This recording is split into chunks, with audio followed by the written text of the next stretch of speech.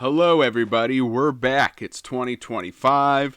I missed the first card of the year. Didn't get an upload. It was my girlfriend's birthday. Had a bunch of shit going on, and honestly, from like a contender perspective and just overall stakes perspective, it wasn't that great of a card. In that terms, I did watch the card. It was a very good card, entertainment-wise. Crazy fights. Chris Curtis, Kopylov was an insane fight.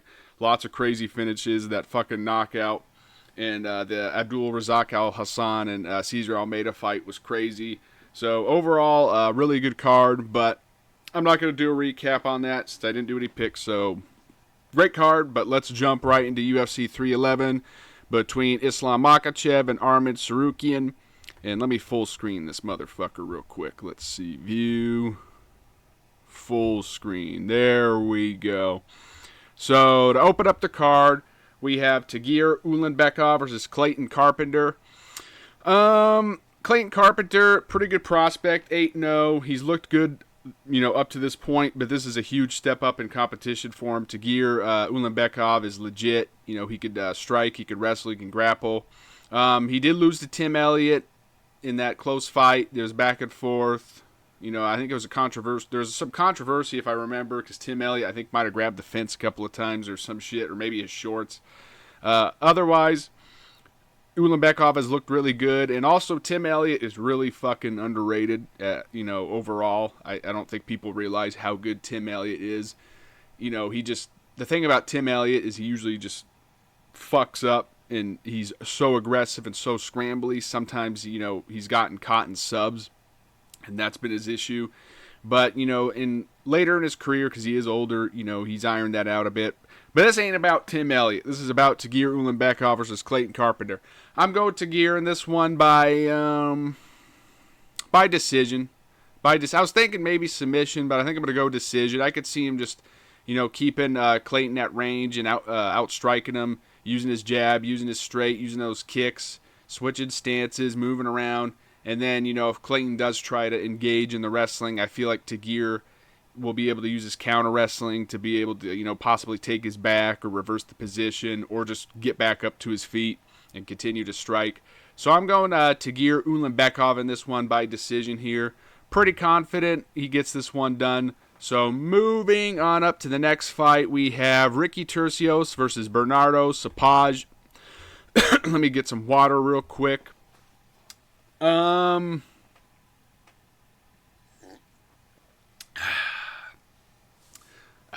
Fuck. I'm going Bernardo Sapaj. I just think that he's way better, honestly, just pretty much everywhere. Ricky Turcios is tough. He is durable. He's got good conditioning, and he's one of those guys that just... He could be kind of a weird guy to fight because of how he fights. He doesn't really throw a whole lot of volume in terms of strikes, but he will try to constantly clinch you and try to pin you up against the fence and just pressure you. And every once in a while, he'll do some crazy weird fucking kick or tornado kick or, axe kick out of nowhere. And he'll stomp on the ground and be like, huh, huh, and do shit like that. But really, he's not, there's nothing he does that's too threatening offensively on the feet or on the ground. I just think Bernardo Sapaj is just more athletic. He's quicker. He's got more power. He's sharper on the feet. And I think he's also a better grappler. I just think Bernardo Sapaj is better everywhere.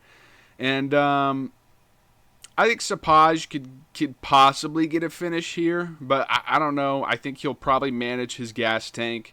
And he'll try to, wrestle a bit and, try to rack up some control time and then pick his shots, maybe, fire off some low kicks. So I'm going to go Bernardo Sapaj by decision, although I could see him possibly getting a finish here. He is a lot quicker and more explosive and just more dangerous than Ricky Turcios. So yeah, I'm going Bernardo Sapaj here by decision, although I could see a finish here. I could see Sapaj getting him out of there. So moving on up to the next one, we got Rinya Nakamura versus Muin Gafarov. Now this one I was kind of back and forth with. I just watched some... let me move this up a bit. I just watched some tape study on both of these guys. Let's start off with Muin Gafarov.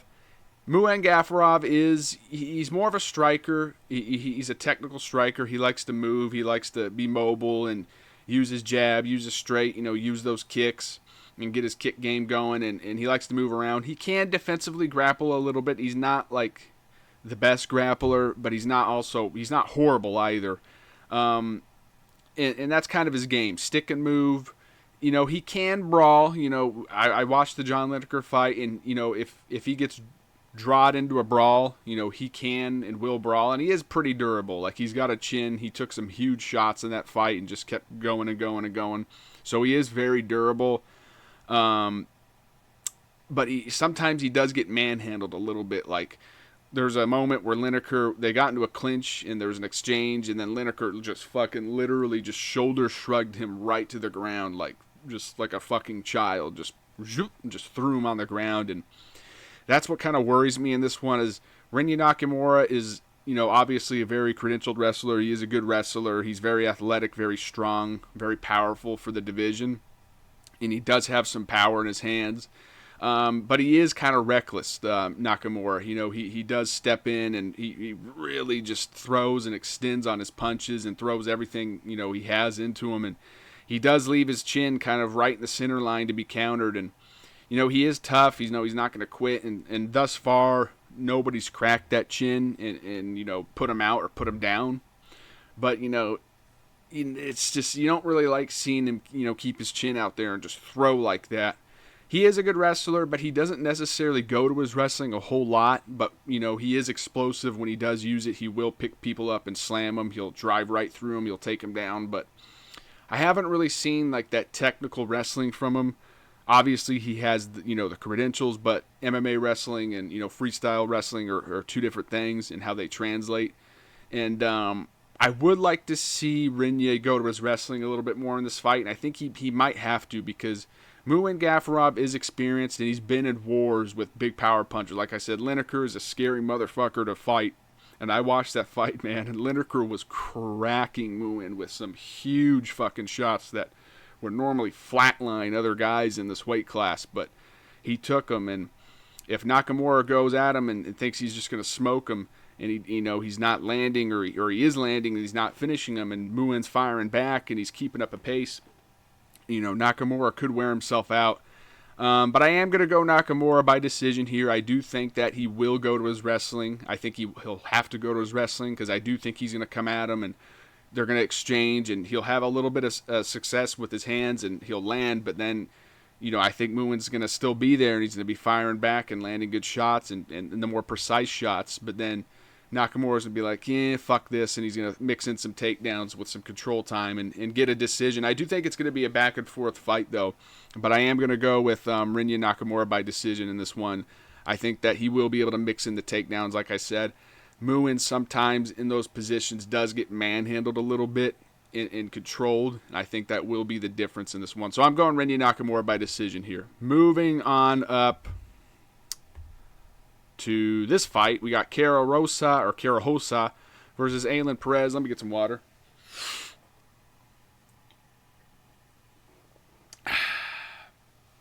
So this one's close. I was also kind of back and forth with this one. Originally, I was kind of leaning towards Cara Hosa. I was thinking, she's probably a bit of a better striker. And I feel like, she's got maybe good enough grappling, defense to possibly stuff some takedowns and force this into a kickboxing match. But then I was like, you know what? I just feel like Aylin's the more aggressive fighter. It's her will, I guess, to win that sometimes stands out over some of the girls she's fighting. And I am going to go Aylin Perez, although I'm not very confident in this one. But I am going to go Aylin Perez just by basically aggression. Even if she can't get the takedowns, which I think she'll be able to get some. I don't know if she's going to control her or dominate her on the ground, but she might be able to get a couple of takedowns against Cara Hosa. But just the pressure and the forward movement and the aggression, I think the judges will probably reward more in favor of Aylin Perez. So I am going to go Aylin Perez in a close decision here, although, this could go either way. Like I said, it could be a situation where Cara Hosa ends up just stuffing all of Aylin Perez's takedowns and forces it into a kickboxing match, and she'll probably be a better technical kickboxer than Aylin Perez. as I'm burping. But I'm going Aylin Perez by a close decision here. Not too confident. You got to pick a side in this one, and I'm going Aylin Perez. Moving on up, we got Grant Dawson versus Carlos Diego Ferreira. Another fucking tough fight stylistically to pick. Carlos Diego Ferreira is a very good jiu-jitsu guy. He's a very good grappler. He can strike too. He's got some power in his hands. Just overall, a very overall good fighter. Well-rounded, can kind of do everything. He's tough. But he is a bit older. I believe he's 39 years old. And, that's at 155, that's not very good. That's up there. Although he has, he's fought pretty well. Okay, let's look at his record. So, his last fight he won as a pretty big underdog, I believe, against Mateusz Rebecki, which has aged well because Rebecki looked good in his last fight. Finished Rebecki. That was a war for as long as it lasted, and Carlos Diego Ferreira basically outlasted Rebecki. And then before that, he KO'd Michael Johnson, flatlined Michael Johnson, crazy KO. And then before that, he did get TKO'd by Mateusz Gamrot, and then he got TKO'd by Gregor Gillespie. And then before that, he lost a split decision to Beneil Dariush.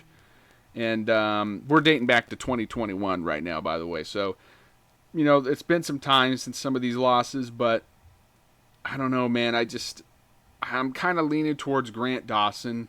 I do believe that the Bobby Green fight was a fluke. I honestly believe if Grant Dawson and Bobby Green fight 10 times, Grant Dawson beats him 9 times. But, Grant Dawson, he's good. He's a very good wrestler. He's very good at what he does. His top pressure is just elite. When he gets top position, man, he just does not let it go. Guys get stuck underneath. And, he's good, man. He's really fucking good when he gets to the ground, Grant Dawson. There's no denying it. His striking is not very good. I think people, shit on his striking a little more than they should. Like, I don't think it's Ben Askren levels of bad, but, his striking is definitely his weak point and definitely needs work. But he could strike enough to get to his grappling, get to the spots that he needs to. So I do feel like Grant Dawson's a little underrated in that aspect. But I am going to go, I think, Grant Dawson in this one. I do think that, youth is on his side, and I just feel like we've seen wrestlers and guys with good wrestling and top control be able to beat Carlos Diego Ferreira and even finish him. And I feel like we're going to see that in this Grant Dawson fight, because the difference between Grant Dawson and Rebecki is Grant Dawson's a lot more patient when he gets the fight to the ground. He will clamp down and just slowly advance position, get position, and he will fucking hold you there. Rebecki's a little more of a brute, and he throws big shots in the feet, and then he'll shoot a takedown, but he doesn't really have the greatest top control. Grant Dawson will just clamp down on you like a fucking 200-pound blanket and just fucking just hold you down. And that's going to be the difference in this one, is the top control. I feel like Grant Dawson will be able to do enough to avoid any big shots in the feet and getting KO'd, and I feel like he'll on the ground be able to avoid any submissions that Carlos Diego Ferreira will throw up from his back, and just overall control him. And I could see Grant Dawson getting a finish here. I could see him getting a TKO, and I am going to go TKO here by ground and pound. I think he's going to trap Carlos Diego Ferreira in a bad position, probably like either mount or take his back and just flatten him out and just trap him and ground and pound him until the referee has to step in and stop it. So I'm going to go Grant Dawson by TKO due to ground and pound, and let's go the third round. I think it's going to be a bit of a drag-out fight. He's going to have to kind of, get through some tough moments, Grant Dawson, and have to survive some scrambles from Diego Ferreira and some big shots. So I'm going to go third round, but I do feel like he's going to be able to get the finish eventually. So I'm going Grant Dawson by TKO. That's fucking crazy to say, because of all the decisions I usually do in my videos, I'm fucking picking Grant Dawson to get a finish, so whatever. Anyways, moving on up, we have Zach Reese versus Cedric Dumas. I'm going Zach Reese. Cedric Dumas is just not very good, man. He's not a very good grappler. He's not a very good striker. He's more of a striker than he is a grappler, but he's not even really good at that. So I'm going Zach Reese by submission. I don't even think Zach Reese is going to fuck with the stand-up. He's not even going to risk getting clipped or caught with anything and losing to Cedric Dumas. because I think he has such an insane advantage on the ground. I think he's just going to fucking take him down and submit him. I really do think it's going to be as simple as that. I'm going to go with Zach Reese by submission in the first round. I just think he's just way better everywhere this fight goes, but especially on the ground. So I'm going to go Zach Reese first round submission. Easy win for him. Moving on up to another easy fight. I'm going Jailton Almeida by first round submission.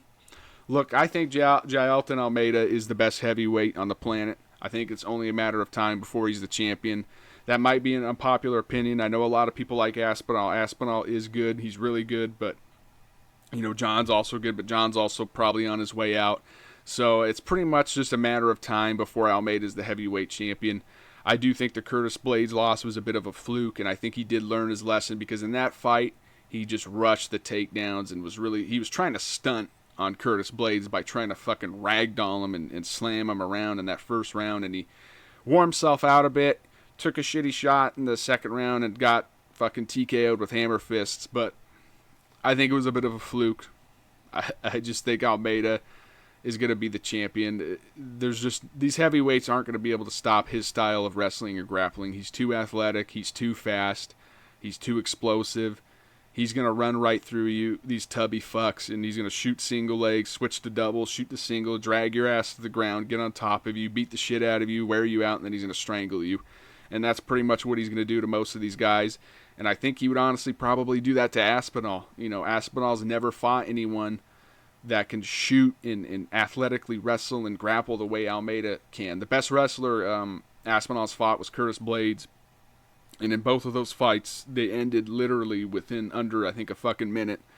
And, to Aspinall's credit, he is dangerous as fuck, both on the feet and on the ground, if he gets top position.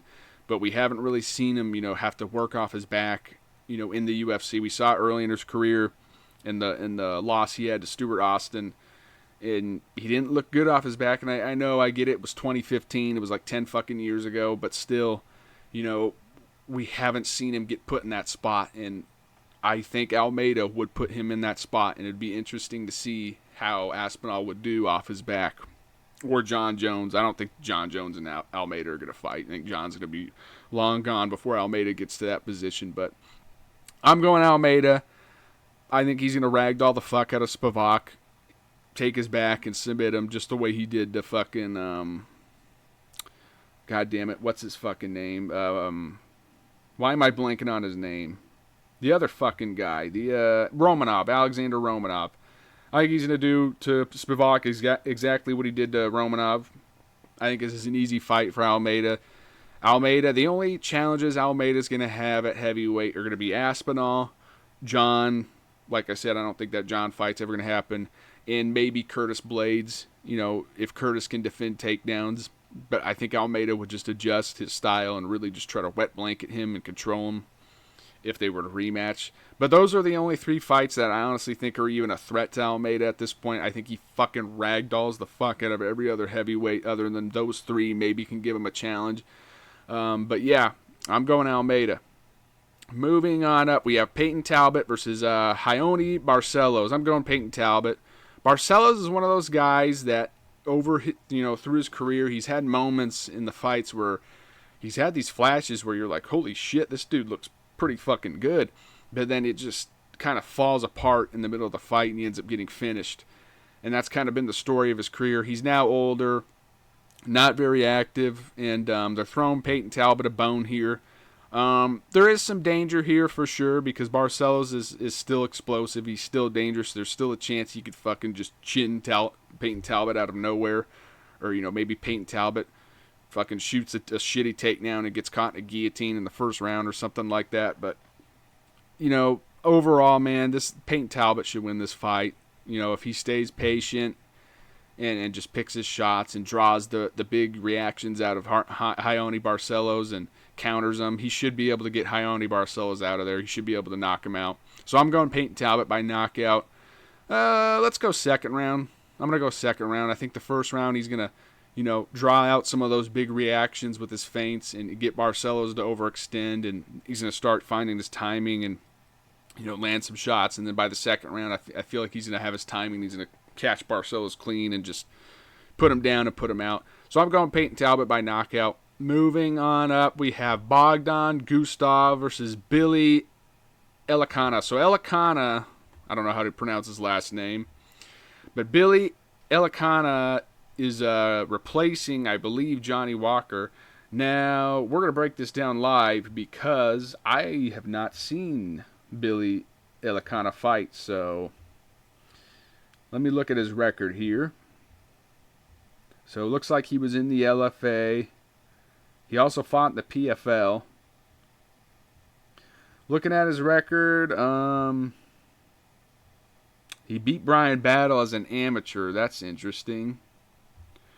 Some decisions, close decision. Honestly, man, I'm looking at his record, and it's not like he's going to split decisions with guys that are like 5-2. Decisions over a guy that's 5-1. Like I don't, obviously, like early pro, I'm not saying he's going to be a fucking world beater, but I don't know, man. It says, according to here, that he is the favorite over Bogdan. I don't know if that's correct. I can't imagine that's correct, right? What the hell? Hold on. Let me look at the odds here. I don't know what the fuck people are seeing that I'm, not seeing, but let me look at the odds. Yeah, I don't see any odds on here. Yeah, I think that's the old odds. Or I don't know what the fuck that is. I think that's just a mistake. Yeah, I'm going Bogdan Gustav by knockout. This guy, I'm looking at his record. He's going to split decisions with fucking guys that are like 5-2. Bogdan's a UFC level guy. He's got power. He's good. He's going to fucking steamroll this guy. So I'm going Bogdan Gustav by knockout first round. Moving on up. Kevin Holland versus Reiner de Ridder. Yeah, I hate to say it, but I'm going Reiner de Ridder by submission. Kevin Holland should not be at middleweight. He should be at welterweight. If he continues to fight at middleweight, he's going to just throw away his fucking career and take L's, against these guys. And it's as simple as that. Kevin Holland at welterweight is somewhat of an actual contender. He's going to split decisions with Jack Della Maddalena. And, he's not just at middleweight, man. It's just stylistically those guys at middleweight are just bad matchups for him. Roman Dolidze is not even really like a top guy at middleweight. But he's a good grappler, and he's a big, strong guy, and he fucking ragdolled the fuck out of Kevin Holland. You know what I mean? It's only going to get worse for him as he moves up in the rankings at middleweight, which he probably won't because he's going to continue to lose at middleweight. Kevin Holland has power. He's a good striker. He also has pretty good jiu-jitsu himself. But against these higher-level grapplers, he's not going to beat him. Reiner de Ridder is going to fucking submit Kevin Holland. Kevin Holland is the exact fucking body type, no diddy, that Reiner de Ridder likes to fight. You know what I mean? He likes to fight guys that are longer and lankier and have long limbs and long necks because they're easier to fucking submit. And Reiner de Ridder, his style of grappling plays right into that. He's very good at chokes and darces and transitioning from one thing to another, and he's just very slick. And I think he's going to submit Kevin Holland in this one. There is a chance he could get chinned because he is kind of weird on the feet, and he does leave himself open. And Kevin Holland does have power.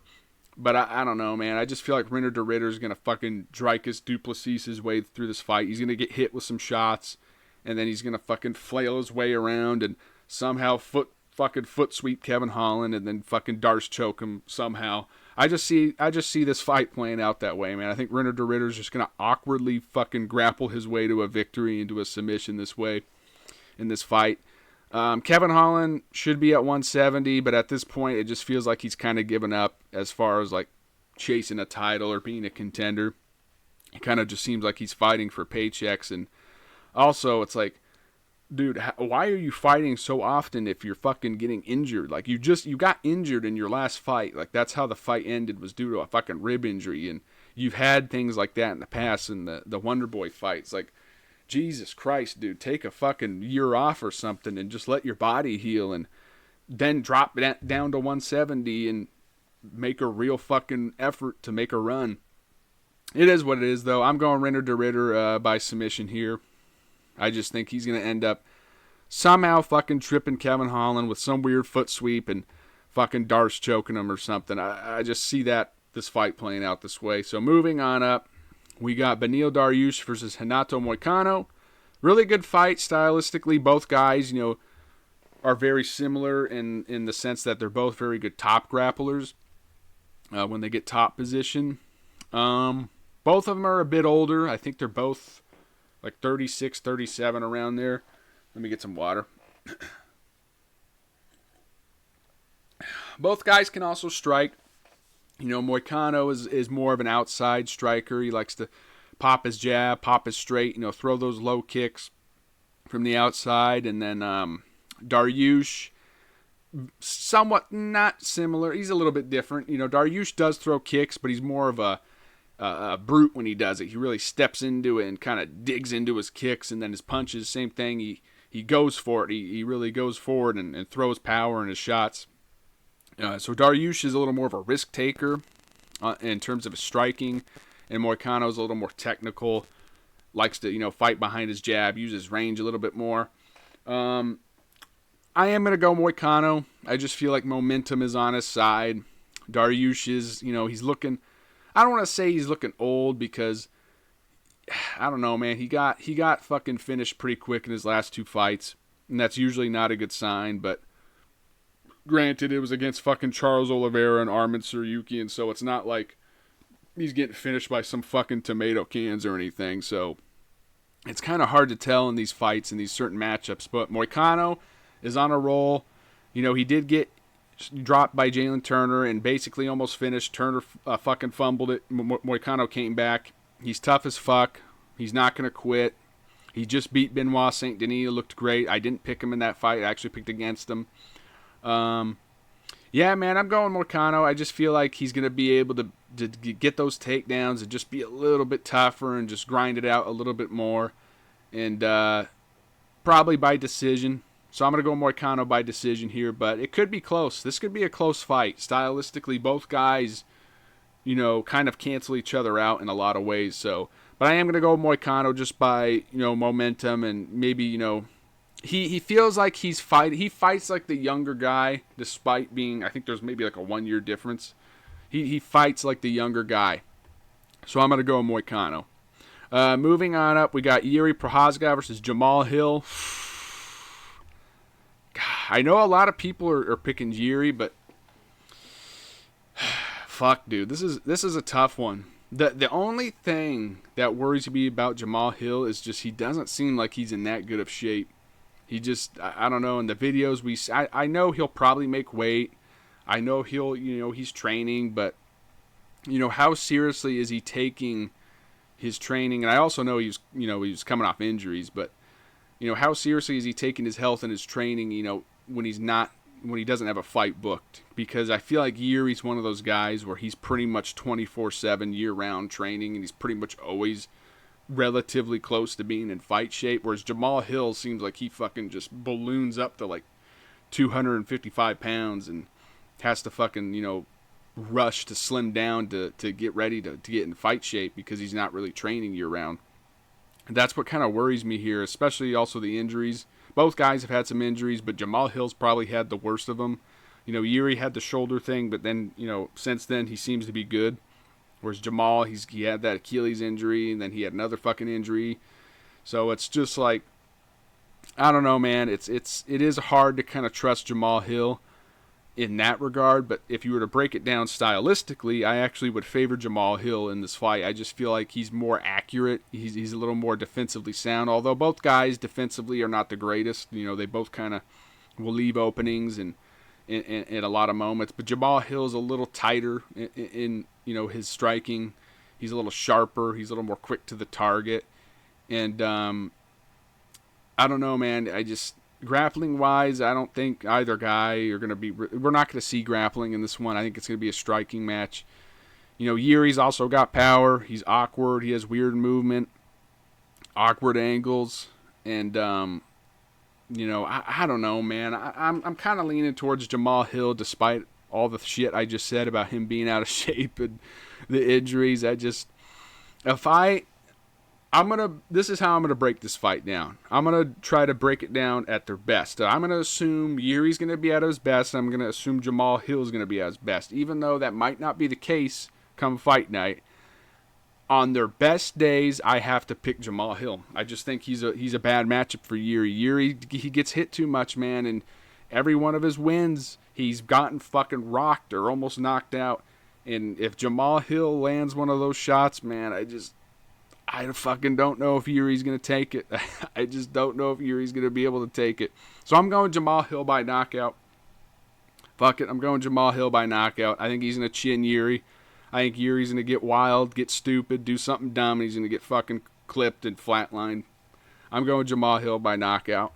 Moving on up, we got the co-main event between Merab Dvalishvili versus Umar Nurmagomedov. I'm going Merab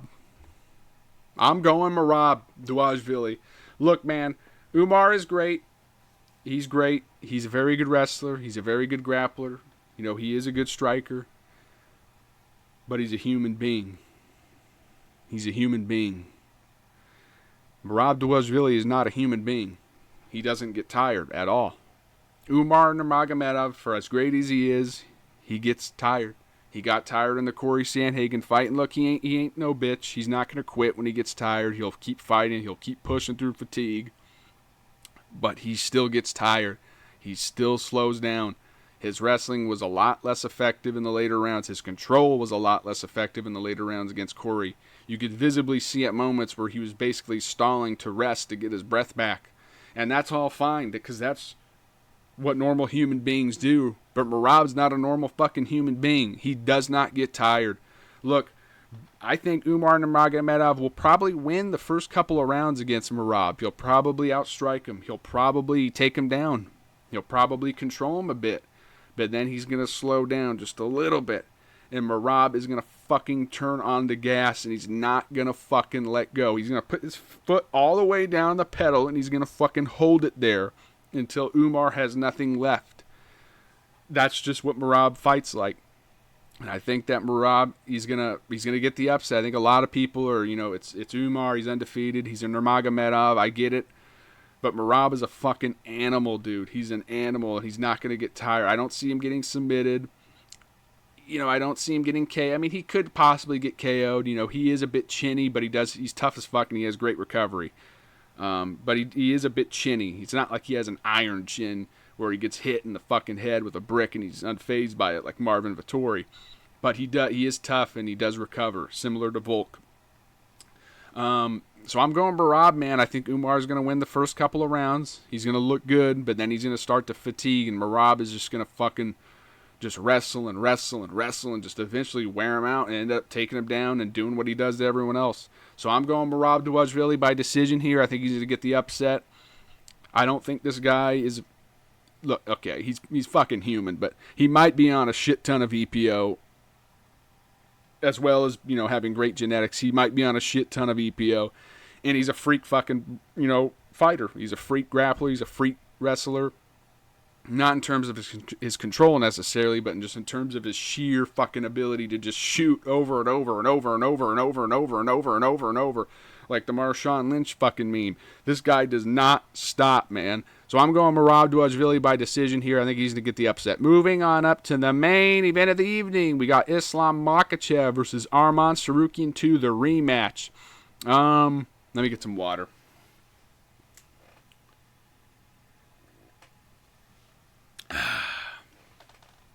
So the first fight, Arman took on short notice. It was his UFC debut. He was pretty young. I think he was like 22 or 23 at the time.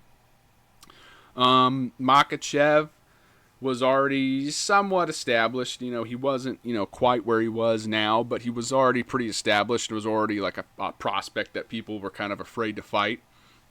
And Arman took it on short notice, and Arman, he gave it a good run, And I think that is one of those fights where it was just the guy who was stepping in, who should have, in most people's eyes, gotten their ass handed to him on a silver platter. Just did way better than everyone thought. So everyone's like, holy shit. Now Arman did end up being, a really good fighter and a top contender. Now he's fighting for the title. But I don't know, man. I feel like Islam's just better. I just think he's better. I think he's better, a better wrestler. I think he's a better overall grappler. I think he's, probably a better overall striker. And he's also bigger. Armin he's jacked as fuck, and he's strong, but he's kind of short. You know what I mean? He's got a short frame. He's 5'7". It says he has a 2.5-inch reach advantage. I don't know if that's right, but just height-wise, he's shorter and he's kind of stubbier. And I just feel like Islam's going to have an easier time in those clinch positions against him and just getting headlocks and bearing down over him. Because that's one thing Oliveira had success with, was the guillotine and kind of the headlock positions. And if Islam gets him there, man, he's not going to go for the sub necessarily the same way Charles would, but he will fucking turn it into a takedown and turn it into something where he gets top position. And I just feel like we're going to see that quite a bit in this fight. Islam just kind of bullying him in the clinch and manhandling him in some of these grappling positions.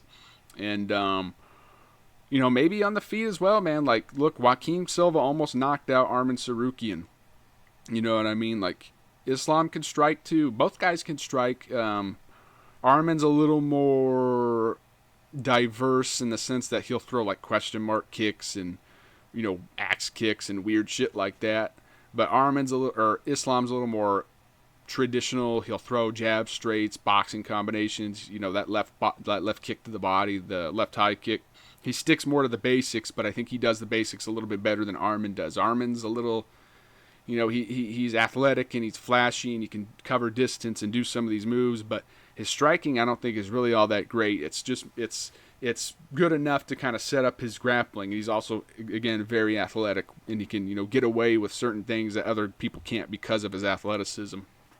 But ultimately, I think Islam is just better, man. I think everything Arman does, Islam pretty much does better for the most part. Again, besides like the fucking crazy, athletic type kicks, question mark kicks, wheel kicks, shit like that. I feel like Islam just does everything better. And I think Islam Makhachev is going to win a decision. I think he's going to win a decision. I think Arman might be able to get around, maybe 2 rounds at best. But I think that Islam's just going to pretty much beat him everywhere, especially in the grappling, and just kind of be the bigger guy and manhandle him a bit. So I'm going Islam Makhachev by decision here. Don't know if it'll be the craziest fight ever, but I think Islam will win. So yeah, that is the breakdown for UFC 311. Let's just do a quick top to bottom recap, or bottom to top recap of who we picked. So we got Tagir Ulanbekov, Bernardo Sapaj, Rinya Nakamura, Aylin Perez, Grant Dawson, Zachary Reese, Jailton Almeida, Peyton Talbot, Bogdan, Rainer de Ritter, Moicano, Jamal Hill. God damn it. What the fuck is going on here? Jamal Hill, Marab, and Islam. So that's the breakdown. Let me fucking exit out of here. So that's the breakdown for UFC 311. We'll see if I'll do a post-fight breakdown. We'll see. I'm not making any fucking promises. But anyways, thank you everyone for watching the first video of 2025, and I will see you assholes next time. Have a good day.